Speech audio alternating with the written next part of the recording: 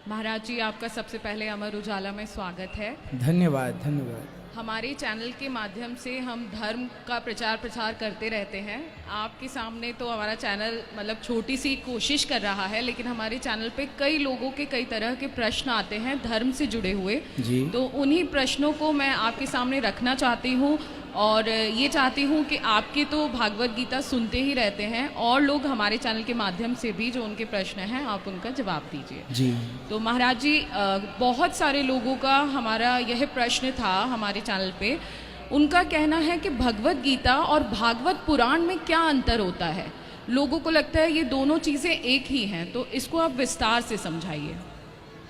भगवत गीता और भागवत जी में क्या अंतर है? आपको पता है अंतर क्या है? भागवत जी अलग हैं और भगवत गीता जी अलग हैं। कैसे? जब महाभारत के समय अर्जुन अपने कर्म को छोड़ करके जाना चाहते थे कि मैं युद्ध नहीं करूंगा, उस समय भगवान श्री कृष्ण ने जो ज्ञान दिया अर्जुन को, कर्म योग का, भक्ति योग का, ज्ञान योग, वो सारा जो ज्ञान दिया भगवान ने कुरुक्षेत्र की पावन धरती पर, उस ज्ञान को कहते हैं भगवत गीता। जिस गीता में सिर्फ 700 श्लोक हैं, केवल 700 श्लोक हैं। और गीता हमें कर्म का ज्ञान देती है। कर्मण्येवाधिकारस्ते मा फलेषु कदाचन, आत्मा का बोध कराती है, आत्मा क्या है। और अंत में गीता के 18वें अध्याय के 66वें श्लोक में भगवान कहते हैं, सर्वधर्मान परित्यज्य मामेकं शरणं व्रज, अहम त्वा सर्व पापेभ्यो मोक्षयिष्यामि मा शुचः। भगवान कहते हैं सब छोड़कर मेरी शरण में आ जाओ, जो मेरा हो गया मैं उसके सारे पाप संताप नष्ट कर दूंगा। तो जो कर्म से समर्पण की ओर ले जाए वो भगवत गीता है, जो केवल 700 श्लोक हैं। 700। तो भगवत गीता भगवान की वाणी है पूरी। और उस गीता को कुरुक्षेत्र से भगवान ने कही, अर्जुन ने सुनी, धृतराष्ट्र को भी संजय ने सुनाई। ये तो हुई गीता। अब भागवत जी क्या हैं? जिसमें भगवान श्री कृष्ण के जन्म से लेकर आखिरी परम धाम जाने तक की संपूर्ण लीलाएं हों, और भागवत जी में भगवान के 24 अवतारों का विस्तार से वर्णन हो, उसे भागवत कहते हैं। भागवत गीता से भी पुरानी है। भागवत कब से? सबसे पहले भागवत का ज्ञान भगवान नारायण ने ब्रह्मा जी को दिया। भागवत का ज्ञान किसने किसको दिया? सबसे पहले भगवान नारायण ने। 4 श्लोकों की भागवत थी पहले। तो 4 श्लोक में अहमेवास्मेवाग्रे नान्यद्यत् सदसत् परम पश्चादहम यदेतच्चयोवशिष्येत सोऽस्म्यहम् ऋतेर्थम यत् प्रतीयत ना प्रतीयत चात्मनि तद्विद्यादात्मनो मायाम यथा भासो यथा तमः यथा महांति भूतानि इत्यादि 4 श्लोक दे करके, और भगवान नारायण ने ब्रह्मा जी को दिया। फिर वही ब्रह्मा जी ने 4 श्लोक नारद जी को दिए। फिर नारद जी ने वेद व्यास जी को दिए, तो व्यास जी ने उस 4 श्लोक के विस्तार करके 18,000 श्लोक कर दिए। और वही भागवत सुखदेव जी को पढ़ाया व्यास जी ने अपने पुत्र सुखदेव भगवान को, जिन्होंने राजा परीक्षित को श्राप लगने पर, राजा परीक्षित कौन है? अभिमन्यु पुत्र। अभिमन्यु कौन है? अर्जुन पुत्र। तो अभिमन्यु पुत्र परीक्षित को जब 7 दिन में श्राप लगा कि 7 दिन में आप मर जाएंगे, इतिलंगित मर्यादम तक्षका सप्तमे हनि, तब परीक्षित को अपने कल्याण का कोई साधन नजर नहीं आया। तब सुखदेव भगवान ने राजा परीक्षित के कल्याण के लिए भागवत सुनाई, वो भागवत है। तो ये भागवत भगवान नारायण से ब्रह्मा जी, ब्रह्मा जी से नारद जी, नारद जी से व्यास जी, और व्यास जी से सुखदेव भगवान, और सुखदेव भगवान से परीक्षित, और परीक्षित से हम सब तक ये भागवत आई। और गीता भगवान ने अर्जुन को सुनाई। तो भगवान गीता के पहले भागवत सुना चुके थे ब्रह्मा जी को। तो गीता ये हैं और भागवत जी ये हैं, दोनों भगवान की वाणी हैं। पर समय समय पर गीता प्रकट भई द्वापर में, और भागवत जी सृष्टि के प्रारंभ में सतयुग में ही भगवान ने उपदेश कर दिया था। तो निश्चित ही ये अंतर सबको पता चल गया होगा जी। और एक और प्रश्न हमेशा से आता है कि हमेशा से पत्नी का स्थान ऊंचा माना गया है। किसका स्थान? पत्नी का। पत्नी का। जी। हमने आप लोगों के ही माध्यम से सुना है कि कृष्ण जी और रुक्मणी जी का विवाह हुआ था, लेकिन हम सब जो हैं राधा कृष्ण को पूछते हैं, राधा कृष्ण को मानते हैं। तो यहाँ हम लोगों का कई प्रश्न ऐसे आते हैं कि रुक्मणी जी का क्या अस्तित्व है और उनकी क्या कहानी है? इसमें दो कहानियां हैं, दो कथाएं हैं। जब भगवान श्री कृष्ण वृंदावन से द्वारिका गए, मथुरा, फिर मथुरा से द्वारिका गए, तो जो वृंदावन की किशोरी जी श्री राधा रानी थी, वह राधा रानी ही रुक्मणी जी के रूप में वहां पहुंच गई। तो जो राधा जी हैं वही रुक्मणी जी हैं, पहला। परंतु इसको ये कई जगह ये उल्लेख है, शास्त्रों में है, इसलिए हमने आपको ये बात कही कि राधा जी ही रुक्मणी हैं और रुक्मणी जी से भगवान ने विवाह किया तो राधा जी से। दूसरा, राधा जी से भगवान ने बचपन में ही विवाह कर लिया था, ब्रह्मा जी ने कराया था। वृंदावन में 84 कोस में भांडीर भट्ट है, वहाँ ब्रह्मा जी ने कराया था और गर्गाचार्य जी ने गर्ग संहिता में ये बात लिखी है।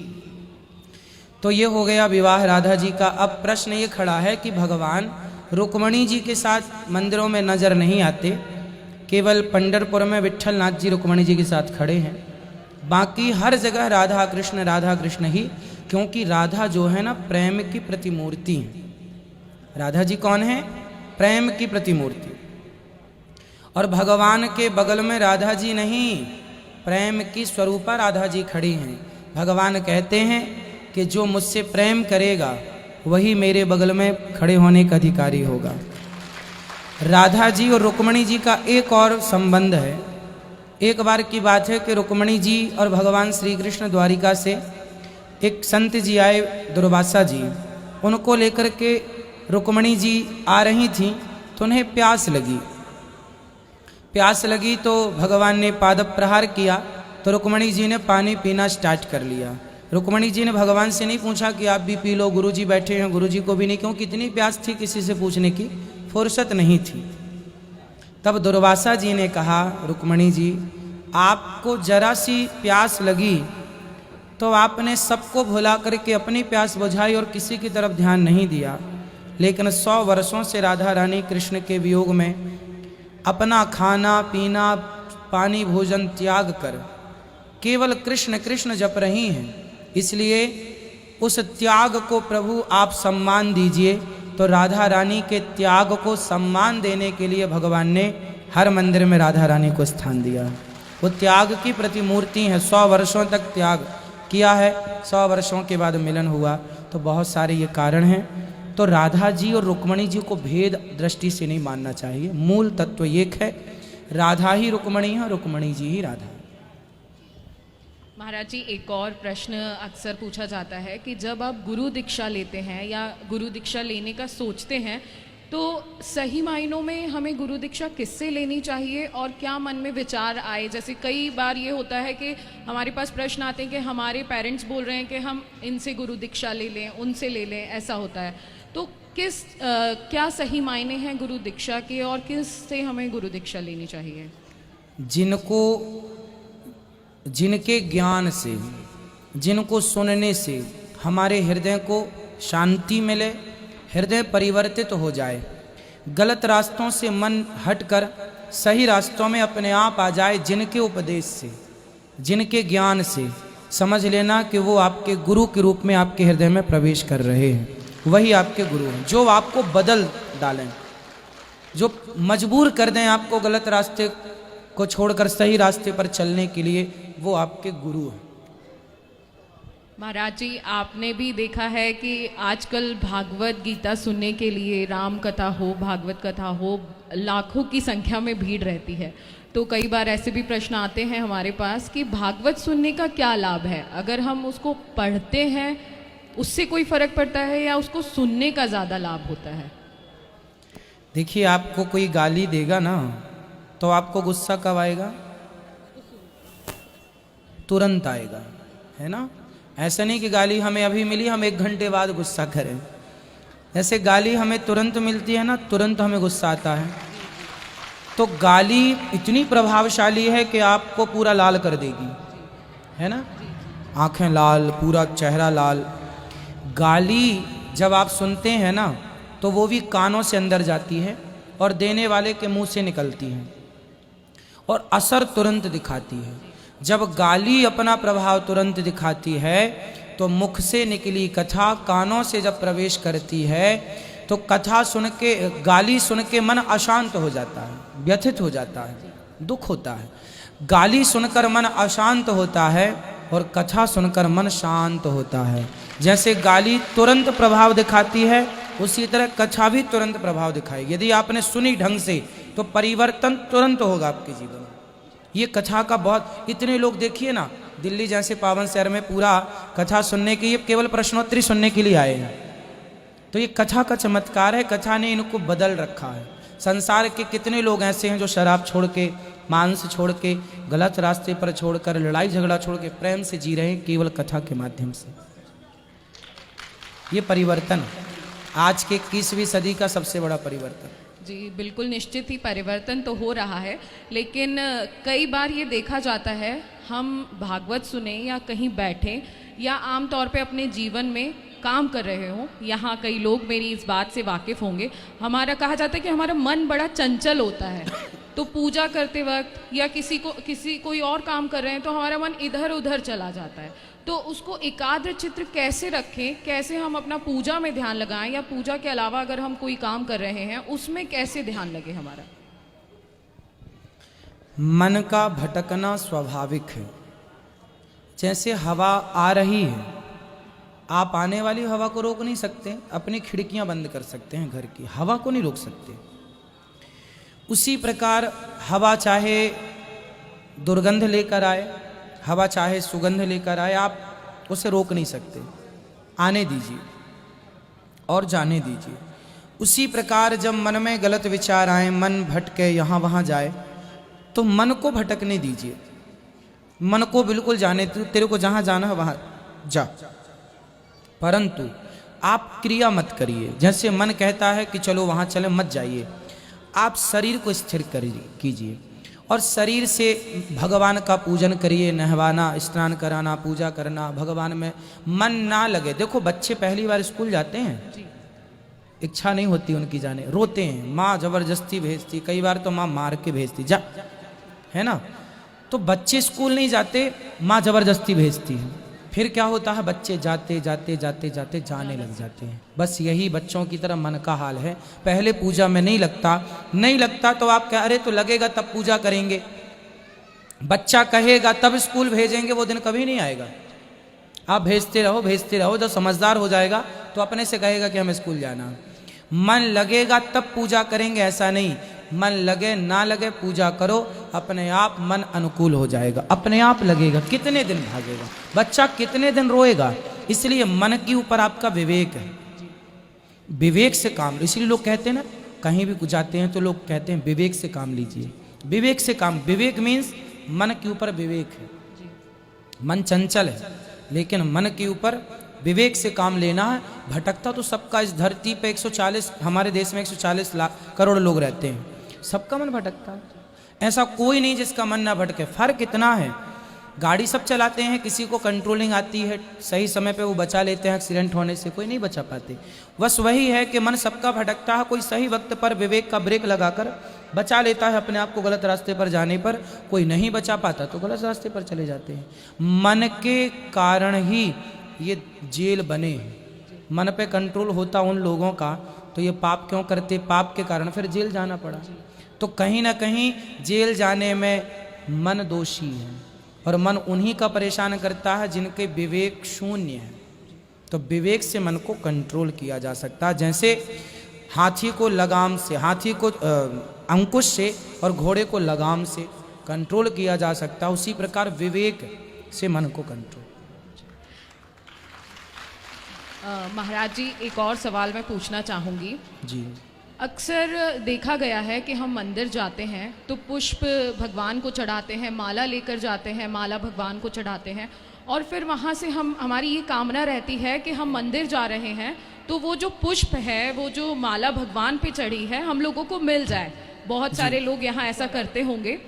तो महाराज जी, मैं ये पूछना चाह रही थी कि वो माला जो भगवान पे चढ़ी है वो हमें वापस मिलती है, जो जिसकी हम कामना करते हैं कि कैसे भी ये भगवान का प्रसाद हमें मिल जाए, जी। लेकिन उस माला का उपयोग मेरे ख्याल से सही नहीं होता उसके बाद, या हम कहीं रख देते हैं या उसको पानी में विसर्जित कर देते हैं, और बहुत सारे लोग इस चीज़ का ध्यान भी नहीं रखते। तो उस जो प्रसाद रूप में हमें भगवान पे अर्पित माला मिली है या फूल मिले हैं, उसका क्या करना चाहिए? जो प्रसाद रूप में, जैसे हम बिहारी जी गए, जैसे हम कहीं भी तीर्थ धामों में गए, वहाँ से हमें तुलसी की माला प्रसाद में, गुलाब की माला प्रसाद में, कमल की माला प्रसाद में मिलती है। तो पहले ये समझना होगा प्रसाद का तात्पर्य क्या होता है। प्रसाद मीन्स क्या होता है, प्रसाद का फुल फॉर्म क्या है। प्रसाद का फुल फॉर्म होता है प्रा मतलब प्रभु के, सा मतलब साक्षात, दा मतलब दर्शन। जब प्रसादी मिल जाए उसे बोलते हैं निर्माल्य। जब भगवान जी को माला उतार कर आपको हम देते हैं या पुजारी जी देते हैं, उसे बोलते हैं निर्माल्य। ठाकुर जी की उतारी हुई प्रसादी, उसे क्या करना चाहिए, उस प्रसादी को, उसमें जो भी माला में खुशबू है, तुलसी में, गुलाब में, सब में अपनी खुशबू होती, उसे ग्रहण करना चाहिए। खुशबू ग्रहण करके उस माला को प्रसाद मानकर कि भगवान के चरणों की माला है, उसे नेत्रों से लगाकर उसे अपने घर में पूजा के जहां आप रखना चाहें सुरक्षित रख दें। यदि विशेष माला, जैसे हम द्वारिका जी गए, जगन्नाथ जी गए, बिहारी जी गए, विशेष माला हो गई वहाँ की, उन मालाओं को संभाल के रखना चाहिए। सूख जाए तो रही किसी जगह पर स्थापित कर दीजिए उसे, और जब भी आप उस माला को देखेंगे तो आपको उस माला का दर्शन होते ही बिहारी जी की याद आ जाएगी। तो एक यादें जुड़ जाती हैं। तो ये चीज़ें संजो के रखना चाहिए जब तक रहें। बाकी जब देखो, यदि माला सूख गई तो चलेगी, और यदि समय से सूखी नहीं तो सड़ने लग जाएगी। फिर उसको आप किसी नदी में गड्ढा खोद के, हमें नदियों में माला, मूर्ति, कागज, फटी हुई तस्वीरें, इन्हें पानी में नहीं छोड़ना चाहिए। जमीन पर एक नदी के किनारे गड्ढा करना चाहिए रेत में, और गड्ढा करके फिर चीज़ों को अंदर विसर्जित करके फिर रेत डालनी चाहिए। तो नदियाँ भी दूषित नहीं होंगी और चीज़ें सुरक्षित, क्योंकि यदि आपने ऊपर फेंक दी, माना कि फटी हुई शंकर जी की, राम जी की फ़ोटो फेंक दी, तो वो किनारे कहीं ना कहीं लगेगी, और लगेगी किनारे कोई पाँव रखेगा, वो अपराध है। इसलिए गड्ढा खोद के नीचे ज़मीन के अंदर, मिट्टी के अंदर फटी हुई फ़ोटो, फटी हुई चीज़ें, माला, ऐसी चीज़ें तो वहाँ विसर्जन कर देना चाहिए। जो घर के हम लोग रोज़ पुष्प उतारते हैं उन्हें भी ऐसी विसर्जन करना चाहिए, पर विशेष जगह के माला को संभाल के रखना चाहिए। तो आप सभी इस बात का ध्यान रखिएगा और आगे भी इस मैसेज को पहुंचाइएगा, क्योंकि माला जो है अक्सर हम लोग कहीं फेंक देते हैं या जल्दी से विसर्जित कर देते हैं, जो कि नहीं होना चाहिए। महाराज जी, प्रश्न तो बहुत सारे हैं, लेकिन अंतिम प्रश्न मैं पूछना चाहूँगी। यहाँ कई महिलाएं बैठी हैं, ये भी मेरे इस प्रश्न को चाहेंगी कि मैं आपसे पूछूं। हम प्रयास करते हैं कि घर में सब कुछ ठीक रहे, घर में, परिवार में, लेकिन फिर भी कुछ ना कुछ कलेश होता है या सुख बना रहता है, लेकिन वो होता है कि घर में कुछ ना कुछ कलेश हो जाता है। तो घर में सुख शांति रहे, इसके लिए क्या करना चाहिए? घर की सुख शांति के लिए हमें नित्य सत्संग करना चाहिए। जो परिवार सत्संग से जुड़ा है, यदि आप सत्संग से जुड़े हैं तो ये मानिए कि जैसे शरीर को भोजन चाहिए, शरीर को पानी चाहिए, बिना पानी भोजन के हम जिंदा नहीं रह सकते अधिक दिनों तक, उसी तरह हमारे शुद्ध विचारों के लिए, देखो विचार क्या होते हैं, आते हैं जाते हैं, आते हैं जाते हैं। अब विचार आते जाते हैं, उनमें जब तक पॉजिटिव विचार ना मिले तो वो पॉजिटिव विचार कहाँ से मिलेंगे? जब सत्संग करेंगे आप। सत्संग करने से क्या होगा कि आप जब सुनेंगे थोड़ी देर आपका मन क्या होगा, शांत होगा। अच्छा, कथा सुनने से ना मन केंद्रित होता है, और मन केंद्रित करने का ना ये सहज सा तरीका है। सत्संग क्यों अनिवार्य होता है? कारण ये है कि मन हमारा चंचल है, और कथा सुनते हैं थोड़ी देर की लगता है मन, मतलब थोड़ी देर के लिए ही मन ने अब शांत होना सीखा, तो सीखता है धीरे धीरे। 1 घंटे के लिए शांत हुआ, फिर 2 के लिए, फिर 4 घंटे के लिए, धीरे धीरे अभ्यास ही नहीं तो कौनते।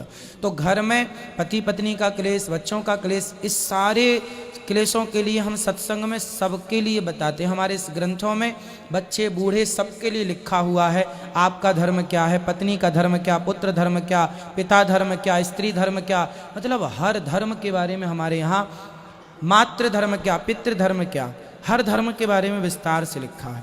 वो सारी चीज़ें बताई जाती हैं। तो आप यदि पत्नी है तो पत्नी वाला धर्म आप एक्सेप्ट कर लेंगी, पति सुन रहे हैं तो पति वाला धर्म वो ग्रहण कर लेंगे, तो दोनों में तालमेल बन जाएगा। बहुत बहुत धन्यवाद महाराज जी आपका। खुश रहिए। बांके बिहारी लाल की